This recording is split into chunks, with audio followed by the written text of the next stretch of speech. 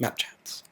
Hello, and welcome to our second edition of Mapchats, our corner of the web where we discuss all things related to data and maps.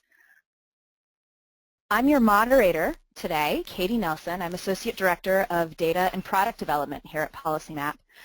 Before we begin, just a couple of things to make sure everyone is aware of. Currently, everyone on the webinar is muted. If you have any questions or you're experiencing any difficulties, please be sure to type in any questions into the control panel, and we can get back to you right away to help you resolve any of those issues. Also, we are recording the session, and the webinar will be posted on our blog, and it will also be available later on our website should you want to come back and listen to any of it again. Our topic today is PolicyMap in the classroom, and we're lucky enough to have with us Dr. Ira Goldstein, who's agreed to share his experiences with us and to walk us through a couple of assignments he's given his students involving PolicyMap. I'm excited to be the moderator here today because I've also used PolicyMap in my Introduction to GIS class over at the University of Pennsylvania.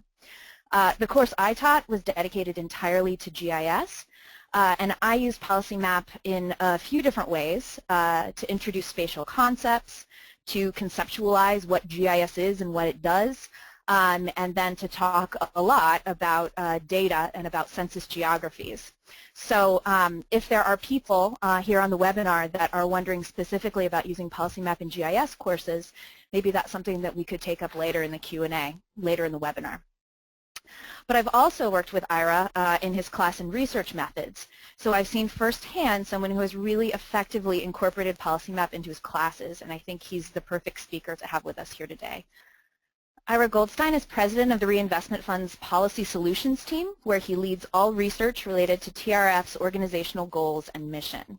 Dr. Goldstein is a nationally recognized expert in America's housing policy issues and mortgage markets, and his work has been featured in the New York Times, the Washington Post, the Philadelphia Inquirer, and has been included in several publications of the Federal Reserve Board and the Federal Reserve Banks.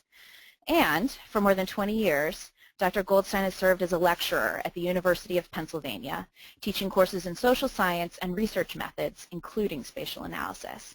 Dr. Goldstein holds a BA, MA, and Ph.D. in sociology from Temple University. And with that, I'm going to pass it off to Ira, who I think is going to talk to us about the agenda for this call. Good afternoon. What I'd like to talk to you tonight about is, or this afternoon about, is I'm used to teaching in the evening. So we'll talk about what we do in the class, what the nature of the class is, and how PolicyMap fits into it. And then I thought we would spend a little bit of time walking through a couple of different ways that we've used PolicyMap with the students to understand both GIS concepts and understanding data in space, as well as using that as part of answering a broader social science research question. By way of background, the class is Urban Studies 200 at the University of Pennsylvania. It is a basic stat and methods class. It's part of a three-course sequence that begins with this Urban Studies 200, then goes on through the students picking up in the following year or semester a fieldwork class, and then that culminates in their senior seminar, wherein each of the students is required to do a sort of a full-blown soup to nuts research project. The class itself is sort of a hybrid of research methods and statistics, and we also make an attempt to incorporate both quantitative research methods as well as qualitative. On the qualitative side, we spend a little bit of time talking about how to construct and conduct interviews. There have been semesters in the past, not every semester, where we spend time describing and discussing what a focus group is, and then we will actually conduct a focus group in class, and this on the qualitative side. In addition, we have for the last, maybe 4 or 5 years incorporated a fieldwork portion of the class wherein we take the students out into the field in one or another neighborhood of Philadelphia, and we have them do a variety of things, some of which I'll discuss later on. On the quantitative side, We do work with PolicyMap, and that is the vehicle by which, in many ways, we sort of orient them both to the city. These students are coming to the University of Pennsylvania, typically from all over the world, and giving them a little bit of a data view of the space that they're in it does a nice job orienting them. But as well, we use it to be able to talk about where to find good data and to be able to sort of understand what things look like in space. On the quantitative side, we will also go through a session on sampling and approaches to sampling and understanding how large a sample size needs to be for different exercises. We'll go through a basic set of descriptive and inferential statistics, and we'll use SPSS for some of that work.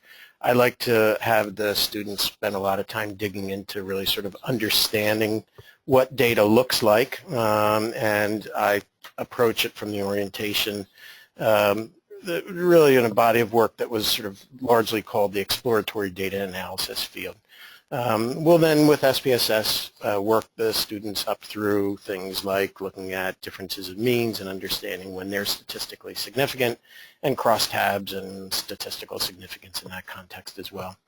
Lastly, we'll incorporate at the very end of class, usually about 3 or so sessions, Arcview. So that is a more in-depth discussion of basic map theory, the components of a proper map, adding data and other features to the map, adjusting cut points, etc. And the idea there really is to spend, as I said, some concerted time with a tool that some of them, if they get more advanced in their studies, they may go to. So with that as background on the class, last thing I would add is the students are generally going to be in the sophomore or junior year. It's better and closer to the desired sequence from the Urban Studies program if they pick the class up in their sophomore year, but occasionally for one reason or another we don't get them until they're juniors. So with that, we then, what I'd like to do is talk to you a little bit about how I orient the students to the PolicyMap tool. And then we'll go through a couple different exercises, one which we do in class and then the two that I described earlier.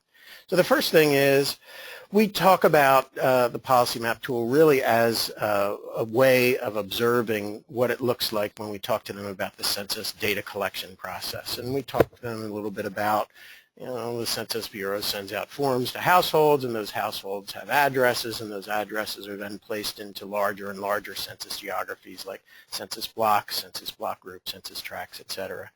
And the nice thing about using PolicyMap for that is they can actually see how several of these different geographies fit together up through and including cities, counties, states, etc.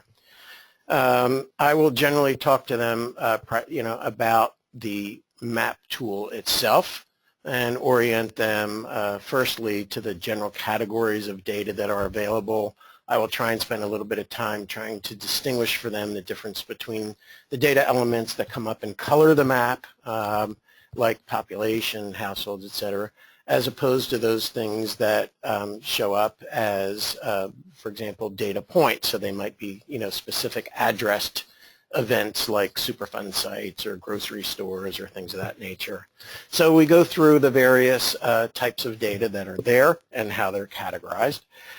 We will then talk about the report feature, and the students are instructed how to generate a basic report about either a neighborhood or a city or a zip code or what have you. And therein what we do is we talk a little bit, generally speaking, about the community profile report,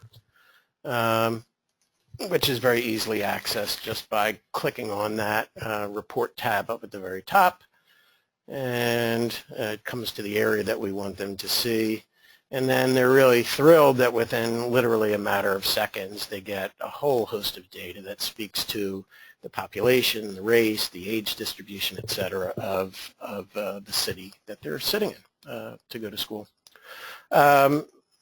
Beyond that, what we will frequently then do is talk to them a little bit about the tables feature. We tend to spend a little bit less time in the tables feature. It's reasonably straightforward, and it's just a way of taking the data that's mapped and putting it into a tabular form. So we talked to them just a little bit about that. Where I will spend a little bit of time is in the 3-layer map feature, and that's one where it allows the students to be able to sort of think about a problem and think about it with multiple dimensions and see what that looks like on a map. As an example, we'll sometimes talk about things like if you were a housing developer, and recognize this is an urban studies class, so many of the students are really, they're going to be majors and they're going to be more interested in things that are urban studies related. So we'll talk about, you know, the issues around race and housing and poverty and things of that nature. So we might talk to them about where might you think about identifying an opportune place to develop affordable housing, and therein it would allow us with this analytic tool to be able to layer on things like, okay, so where are the incomes reasonably low, or excuse me, and where might the students find both low income and reasonably good access to a high quality public school. And in addition to being low income and having decent access to a high quality public school, given that people need to work, where might they find good access to public transportation? And they can take the entirety of the city of Philadelphia, layer on those different items, and then identify the places that remain that are, again, lower income and areas of opportunity. So that's the way we'll talk about the analytics feature. They'll frequently come up with ideas for themselves. I might present to them, you know, a problem like back in the day when there were stimulus dollars available for the creation or demolition of housing. We might talk to them about how might you think about identifying places where you might prefer to invest neighborhood stabilization program dollars. Those seem to be the general things that the students need orientation to. I do talk to them about how to create a custom region, and therein, you know, that's really just about, in essence, you know, essentially thinking about going to a place and creating, let's go to a small area, and we'll create a little bit of a custom region. You know, you just sort of click on an area, the idea being to find sort of a smaller space that they might be interested in, like their neighborhood. And then they can save that custom region and aggregate whatever data is in PolicyMap that is of interest to them. And that's usually a pretty quick and easy thing for them to get. I would say that my experience in orienting the students to PolicyMap is that it can usually do a reasonably decent job in between 20 and 30 minutes. It all depends on how much discussion the students want to have about, you know, their analytics and things of that nature. The one thing that I would suggest to you is if you're working off a site license, and some of you I noticed are faculty members or instructors in different places around the country, there will be My PolicyMap wherein all the students' saved maps and printed maps will go. I've learned through experience that it makes sense in advance of them doing whatever they're going to do to let them know that they need to save these things with names that they are going to be particularly attuned to when they go back into that My PolicyMap, and that will likely be different than somebody else's, because you might have 20 kids in a classroom creating a poverty map and you don't want it to be called My Poverty Map. One student won't know theirs from the other. So give them sort of a naming convention, and that really helps avoid confusion later on down the road.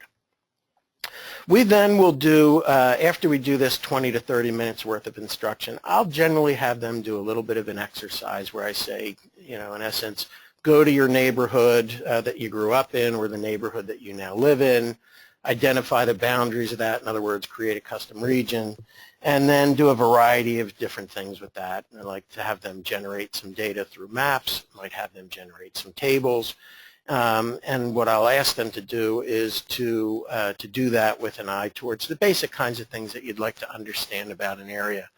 The last thing that I ask them to do that I think is a useful way for them to sort of really understand the difference between, you know, like what you can get when you get data versus what you experience when you're sort of in that place, is to have some reflections for us about, like what the differences are between the way they thought about their neighborhood and the way they viewed their neighborhood as opposed to what the data show.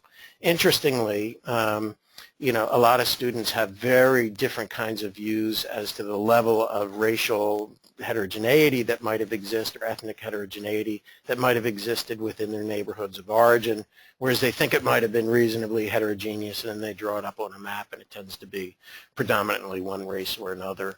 So that's the kind of thing that I asked them to do, really to just, to confirm for me in a way that they understand both the data and the place that they grew up in. So maybe what I should do here is, having done that, is take just a second and see if people have questions before we move on about the class or the way we sort of orient the students to PolicyMap. So we have a question coming in. They'd like to actually see an example of an analytic that you might show to your class. Might start with a layer that speaks to what the level of income is in a place. So for example, let's look at all households. And what it does is it shows you the full range. The map at this point is entirely purple because we haven't put any constraints on it. But if we were to look at places that, for example, had household incomes that were under, let's say, $50,000, which in the city of Philadelphia will eliminate some chunk of it but leave plenty left, and might be the sort of area that being close to the area median income will show through purple what's left. We might then take a look and say, remember our example was, what are the areas not only that are lower income, but where people have reasonable access to a decent public school. And herein we might look at, hang on one second, that should be under education, my apologies.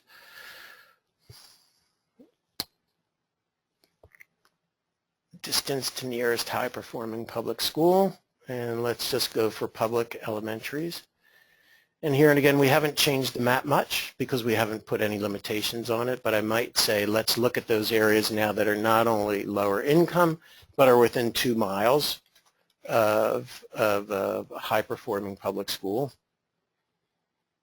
You'll notice that a lot of the city of Philadelphia goes away because we have our challenges in public schools. Now remember, the other piece of it was we also thought it might be interesting not only to include access to a decent public school, but access to public transportation so that people could get to jobs.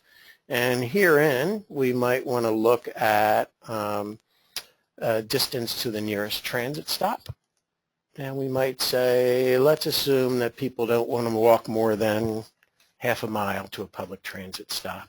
So what we've identified now are places that are lower income, that have access to a reasonably decent public school, and are close enough to public transportation. And within the confines of the example, which is how do we think about places of opportunity where we might want to think about developing affordable housing, the places in purple that are left on the map, at least along those 3 dimensions, would seem to be a reasonable fit. And again, people will talk about using different threshold values of these things. They might say, well, we'd also like to know where are the public libraries, for example. And you could put those down on there and see where are they, and are there any of them in reasonably close proximity to our areas of opportunity. And I think about this one right here, and there are a few within reasonably close walking distance.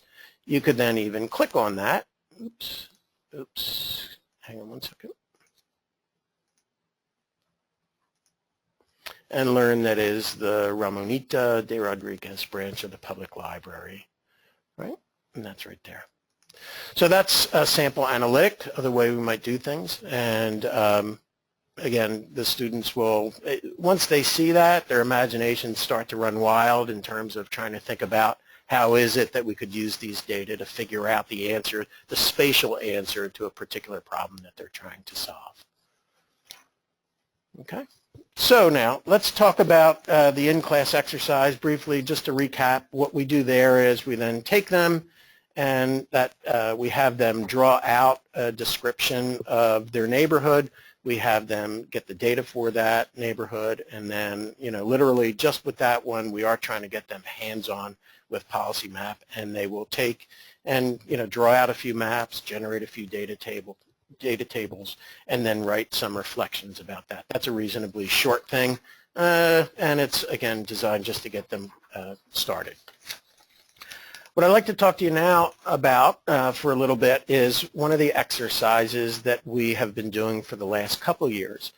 And here in PolicyMap is one of several tools that we ask them to use to answer this question. The generalized question that we ask them to address is, there's a neighborhood in the city of Philadelphia called Point Breeze. That neighborhood is a couple miles south of Center City and basically on the western side of the main north-south thoroughfare in the city called Broad Street.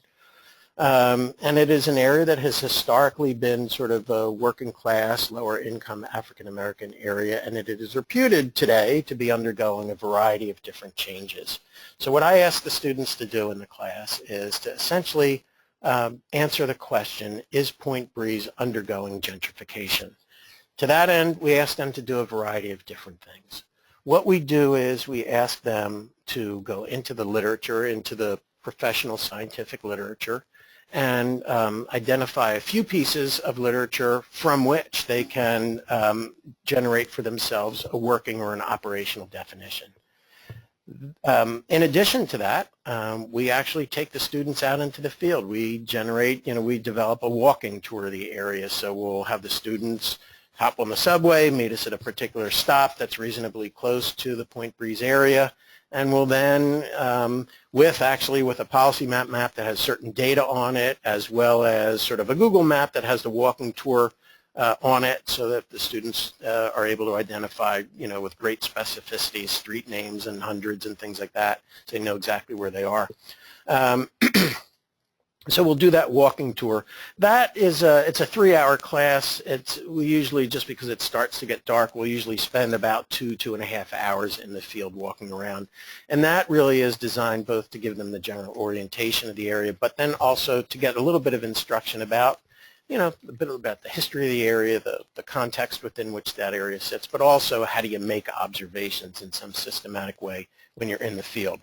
So in addition to the literature and in addition to the field observations, we also ask them to conduct roughly 2 or 3 interviews, reasonably randomly picked up, but in essence we ask them to prepare a few questions that speak to their operational definition of that gentrification term, and then conduct a few interviews with folks to understand whether or not, through that qualitative data collection way, whether or not the people that they interview feel that there is some aspect of gentrification that's going on there. In addition, and lastly, what we ask them to do is to use PolicyMap to, firstly, to draw out their area of interest, so it's sort of essentially to design that definition of where is Point Breeze. We ask them to then identify a variety of data elements that speak to what's going on in that Point Breeze area. So we're going to actually pull up now the policy map just to give you a little bit of orientation to it. I think we have a Point Breeze boundary set here.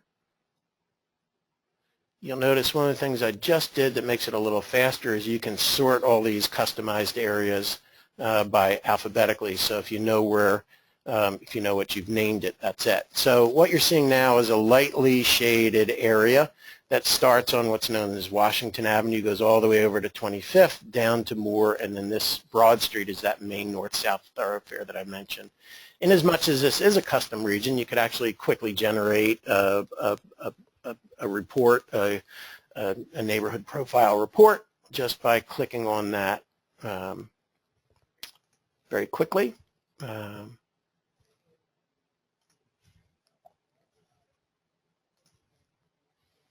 And now you should see in a moment that report begin to generate. There you go. So right away, the students are quickly able to get, for this particular custom area, they'll be able to get information about who lives in the place and how has that changed over time, the racial composition,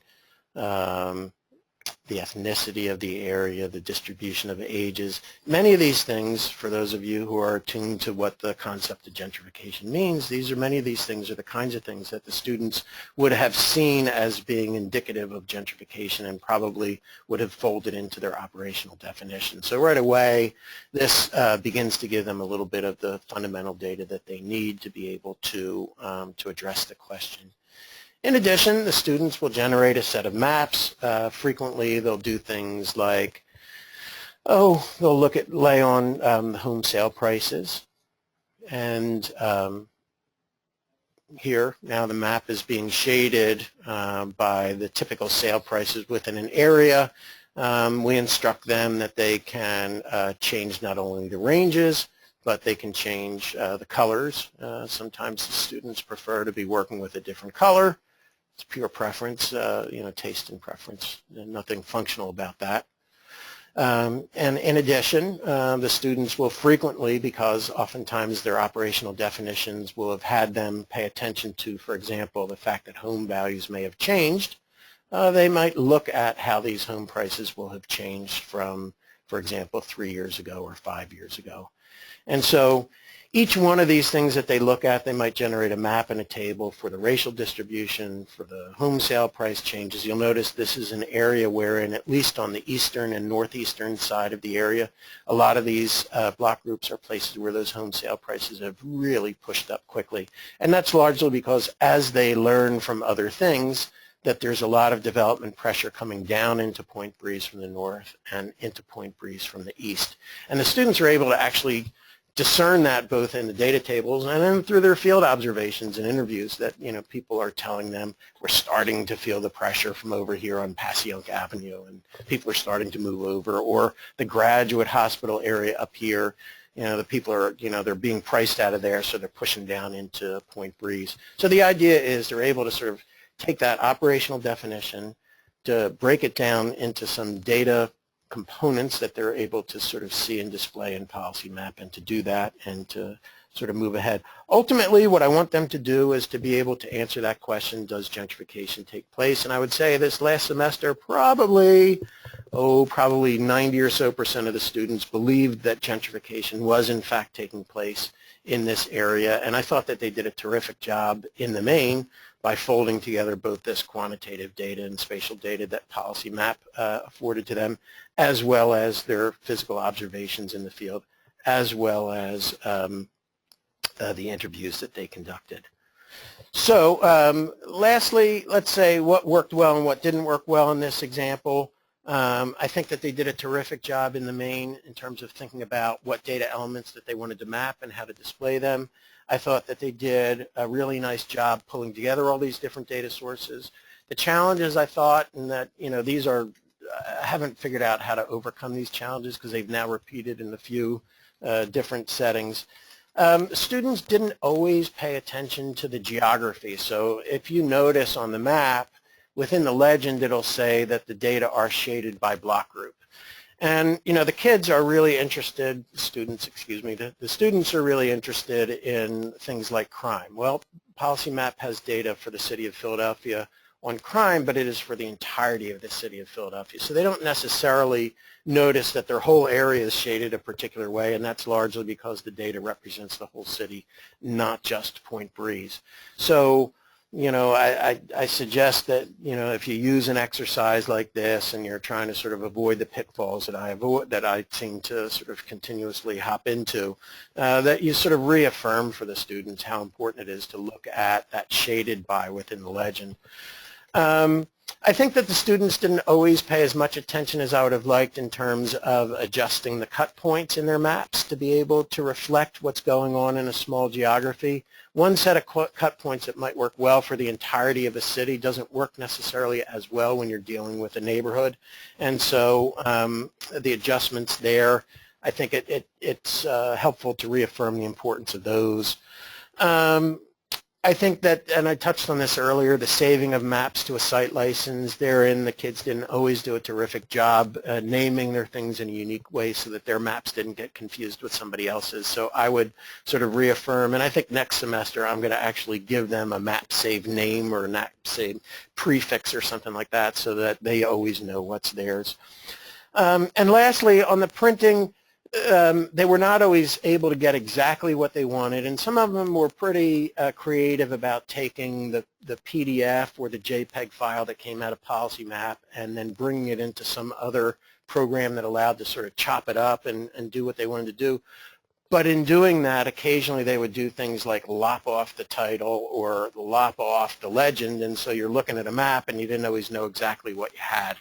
And so reaffirming with them, as I generally do, but reaffirming with the students the real overwhelming importance of particularly keeping that legend intact along with the map, I think is an important thing. So those are the things that seem to work well and the things that didn't work well. And I think it probably makes sense to stop here for a second and see if people have some questions. So if anyone has any questions that have come up, please go ahead and type them in. We'll take a minute. We had a question from Craig Henderson about the analytic piece when you ran the 3 different layers on top of one another. And so maybe while we wait for questions, I'll go ahead and address that.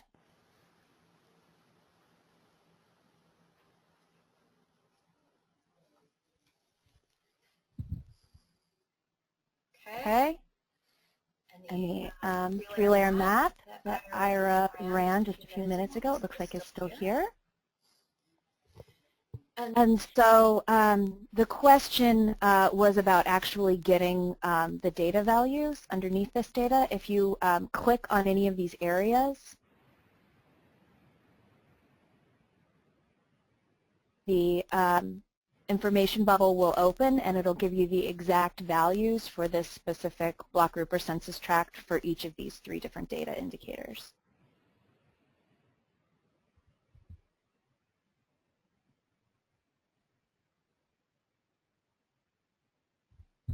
And there you have it. Likewise, if you're interested in an area that does not sit, that does not fulfill each of these criteria, and so it is not purple on the map, you can still click on anything that is not purple and you can get all of the values associated with it. So that's what's saying too.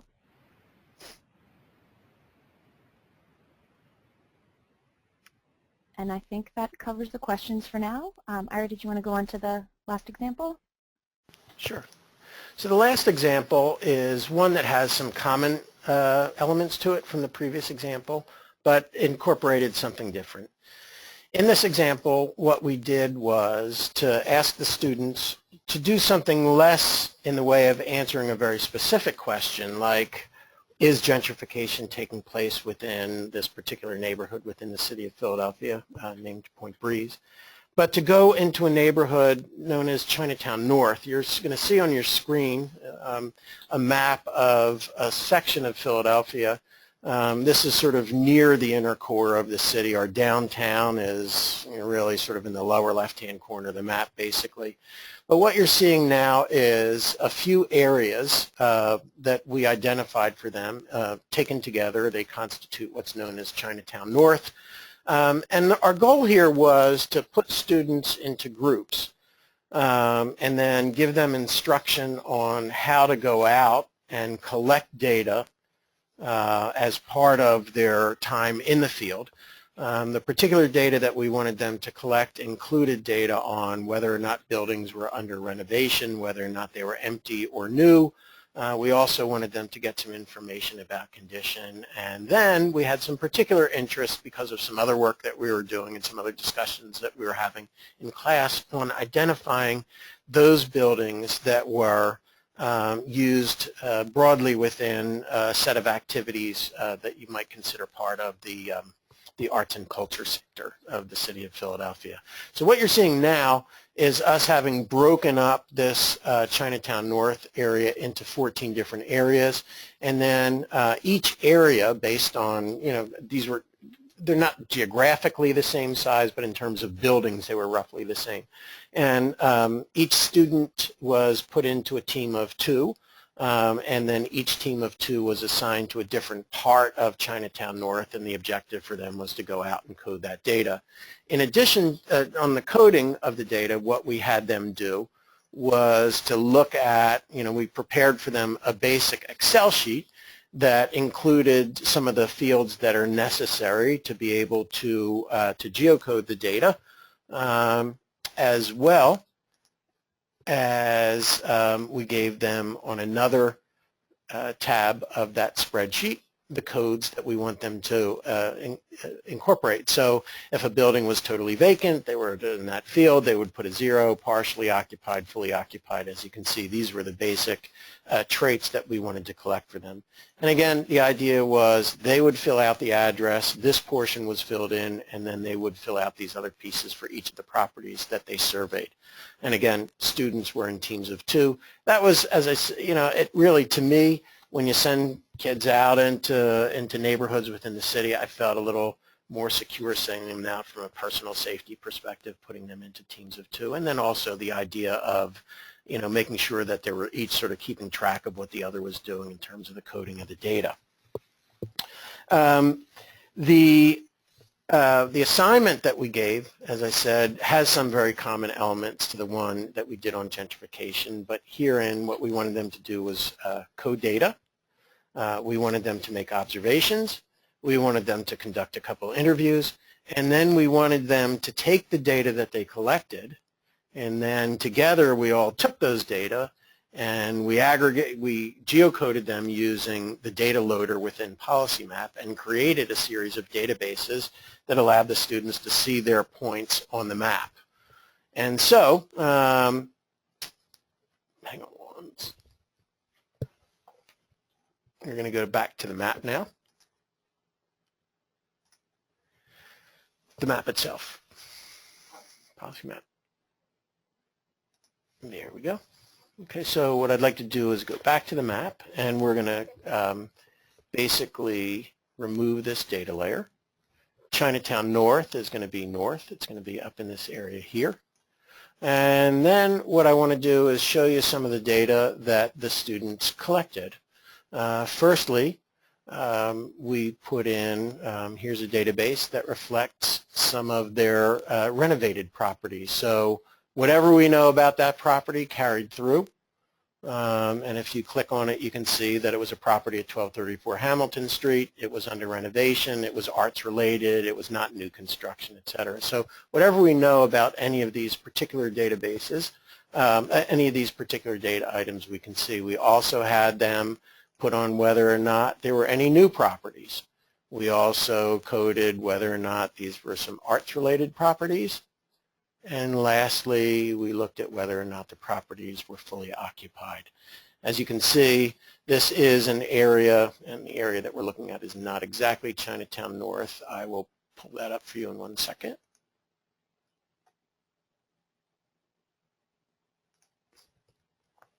This is closer in, so you can see with greater specificity what the Chinatown North area is. Now you'll see some spots outside. We identified those as a few things. Firstly, the students didn't necessarily follow their instructions and stop where they were supposed to stop. That explains some of them, and then addressing explains some of the other issues. But it was finding these things were actually very interesting in terms of the learning process of going through and coding data. We also had them talk about, we worked together to geocode these address points and to talk about what constituted sort of a good address and what constituted a bad address. In other words, one that could geocode and one that couldn't. And then to go through the process of taking the data out of the spreadsheet that we created, saving it as a CSV file, and then being able to geocode it up into PolicyMap.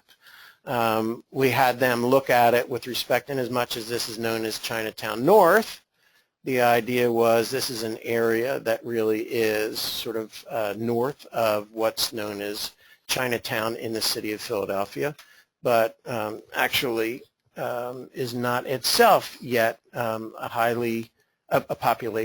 area that's highly populated by people who are of Chinese origin. So if you look at this, what you'll see is that here is Chinatown, here is Chinatown North, and here's an area where the Chinese population is representing an elevated but not nearly as great a concentration as you see in the area known as Chinatown. This was an interesting way for them also to see, like, did our observations comport with what the data showed? And what was interesting is that in this instance, unlike some of the neighborhood things that I had mentioned, that was the students' observations. So that although this is called Chinatown North, particularly once you got over into this part of the area, it was an area that had been sort of a lot of higher-end loft conversions, and you were not seeing a significant number of Chinese people. You were more likely seeing young professionals and the like, and that was their observation.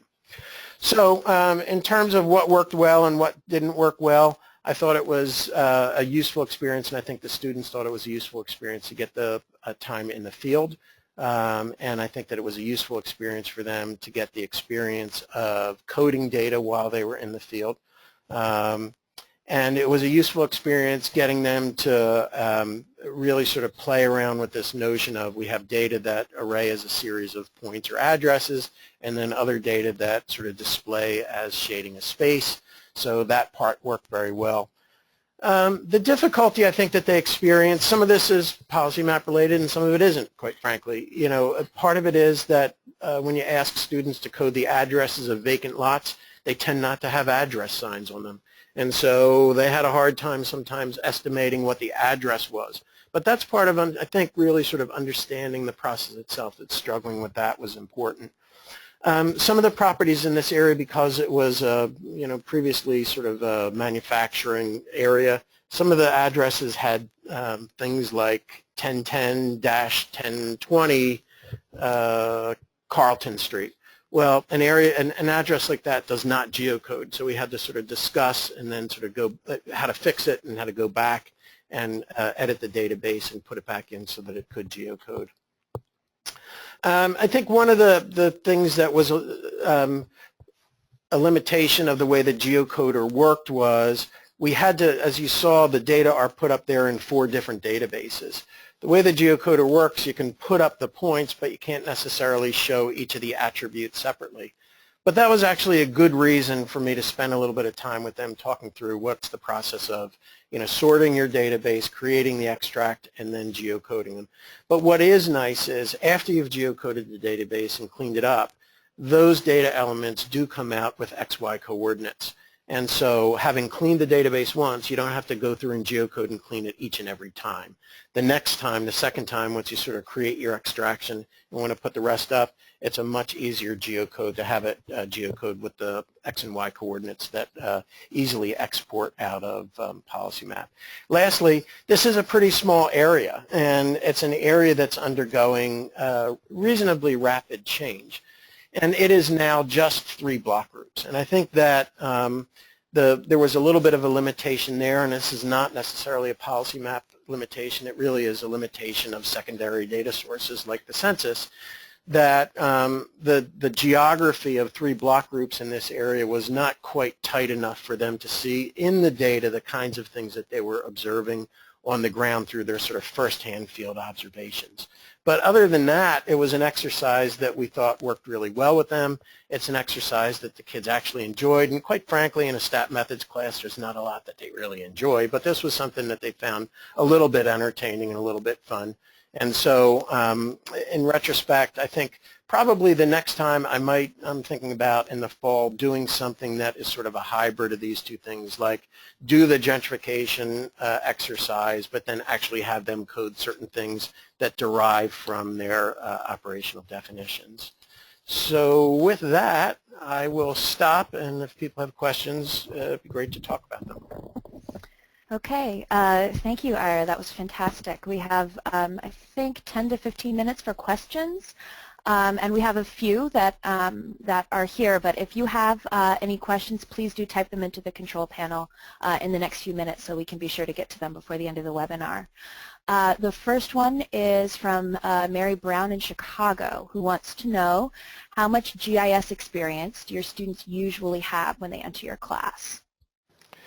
The beauty of this is they have 0. They typically have 0 experience, and I think that what's really nice is within that 20 or so minutes that I described to you as what it takes to orient the students to PolicyMap, they're very quickly able to see what it means to look at information in space. So it's one thing for me as an urban studies instructor to talk to them about the relationship between race and poverty. It's another thing for them with 2 clicks of a mouse to be able to see a map of race in the city of Philadelphia and a map of poverty in the city of Philadelphia and understand the overlap of those things. And so with no GIS background, and I mean none for probably 95% of the students that come into Urban Studies 200, this is not a heavy lift for them to be able to figure things out. Now, as I said, we also do at the end of class incorporate a GIS component where we go into sort of the nuts and bolts of Arcview, and we like to give them that as part of the sort of the survey of the methods and the statistical processes and procedures and the like that they'd like to have, because they may find down the road that this is an area that they'd like to pursue. But the direct answer to your question is the students typically have no experience in GIS, and they're able to do this with real ease. Okay, next question from Robert Rowland in Arizona, who wants to know if we'll be making these class examples available online at some point. So the webinar will be available online. You should receive an email after this webinar is concluded that will have a link there for you, and it's also going to be made available at policymap.com/mapchats and will be posted on our blog. In terms specifically about the assignments, I'm getting a nod, yes. So yes, we are happy to make those available if they will be useful to you. Great. Okay. Another question coming in. So this one is a little trickier. This is from John Stevenson, who says, can we see the best way to bring in an area defined by physical science values such as groundwater contamination? PolicyMap shows Superfund sites and apologies. PolicyMap shows Superfund sites as points, but generally a wider area is affected, and what are best practices? That's a little bit trickier. I don't know if you have an answer to that. Yeah, I have a generalized answer. There's a couple different ways that you can approach that. You can, and this is sort of the less perfect way, what you can do is go into PolicyMap and with a point draw a custom region that really is a result of creating a radius around it. So if it's a chemical spill that you think is going to attach a radius of, a quarter of a mile around the epicenter of that spill, you can draw that as a radius region around that. Now that's imperfect because it assumes that everything sort of spreads out the same way in all directions. The other way that I would typically attack that problem would be to get a more precise area, and oftentimes you can get it from EPA or your State Department of Environmental Protection or what have you. You really can get maps of the footprint in the affected area, and then you could literally just draw it out as a custom region. So if you thought the spill or the air emission or what have you was traveling in a particular direction in a particular distance, you could draw that out as a custom region and do it. So again, it's a little bit imperfect, but that way is probably better than just the radius region. But those would be the 2 approaches that I would use to that. Great. Was there another question? Okay. So I wanted to put out there a question of mine, actually, which is I know, because I helped you teach this class, that the course is taught in a lab. But I wonder if you could talk about the merits of teaching PolicyMap in a lab versus in a course room, versus for teachers that may be interested in trying to incorporate this stuff who might not have access to those resources. Right. So the students can, if this is a site license at the university where you're teaching, the students will have access to it through their library website, and most places at this point are going to be reasonably, accessible through the university-wide Wi-Fi. So my experience here is that it works better in a lab, if only because as an instructor I feel like I'm in a little better control than having 20, 25 students on their laptops doing everything from what I want them to do to Google chatting and doing other things that students do when they're in class. And so you can do it in a classroom. It feels to me a little less controlled, and I think that's probably not true, but it sort of feels that way to me. Or in my experience, it's better off in a lab. I also find it's better. I've had instances where the number of students in the class exceeded the number of computers in the class, and so we had students doubling up and sometimes even tripling up. That doesn't work particularly well because you don't get the students don't get the hands-on that you want them to have, firstly, and second of all, it's hard for them to really pay the kind of attention you want them to do that. So the long and the short of it is you can use a classroom, a regular classroom, if students have laptops, they can access it and you can do it. It's more ideal in my experience if you can do this in a lab. And we have one more question coming from Kathleen Wheezy's. We think we saw block boundaries, not block group boundaries on the map. Can we check that? So on PolicyMap, it should be the block group boundaries. We have on PolicyMap available cities, counties, census tracts, zip codes, and block groups, but we do not have the block level available.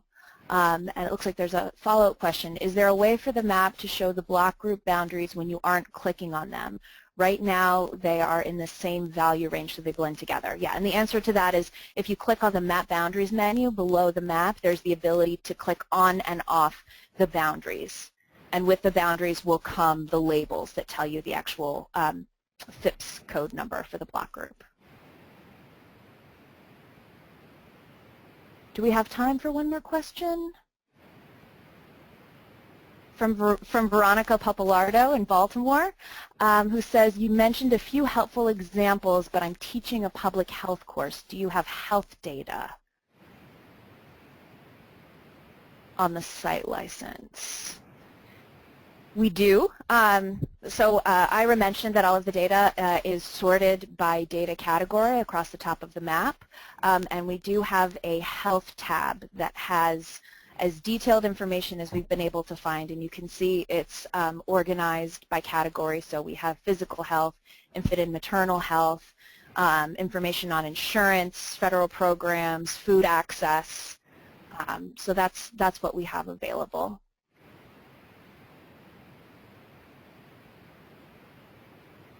And I think with that, we're going to have to end, Matt, we're going to have to end this webinar. Thank you, everyone, for participating. This has been a really, really exciting presentation and discussion with lots of questions. We have upcoming Mapchats over the next 2 to 4 months. Next up, we'll have a webinar related to mapping food access, and then creative placemaking, and finally challenges of local health data. But please, we do want to hear from you. If there's a topic that you think would be particularly interested or relevant to you, don't hesitate to get in touch. We want to hear from you. And I wanted to end with, there have been several references in this webinar to a PolicyMap site license at your university. At the University of Pennsylvania, where Ira teaches, there is such a site license in place, and the site license means that all of the students on your campus are able to access PolicyMap without needing a separate username and password.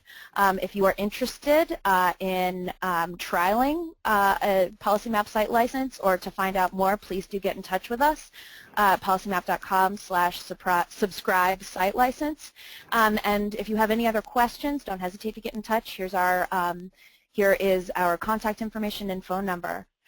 Thank you so much, Ira. This has been great. I hope everyone enjoyed it as much as I did. Thank you, and we'll see you next time. Bye.